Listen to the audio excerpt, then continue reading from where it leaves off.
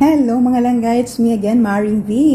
Nasa kusina na naman tayo kasi magluto tayo ng sabaw. So, eto ang kailangan natin at sino na naman ngayon ang bida na ating gulay na gawin nating sabaw. So, of course, laging handa ang ating garlic. Ayan, huwag kayong maingay ha. Oh, ayan, nakahanda na siya.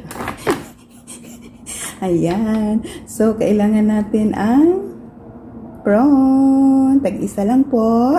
At syempre, haluan natin ng minced pork. Ayan ang atong isubak. Ang minced pork. Ayan, defrost muna. Then, lagyan ko maya ng same as usual, white pepper, then light soy sauce. So, ito lang. So, ang kailangan natin na gulay para sa ating sabaw ay ayan. Alam nyo ba to?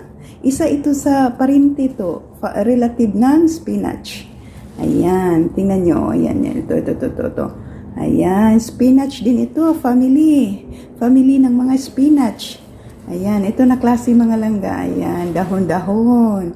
Ano siya, para siyang light lang. Ayan, luspad. Ewan ko, basta family siya. Igsoon, kasin, basta related sa spinach. Ayan. So, ang soup natin ngayon ay spinach soup. Ayan, diba? Napakasimple, napakadali lamang ito at ito lang ang kailangan natin sa ating sabaw for today.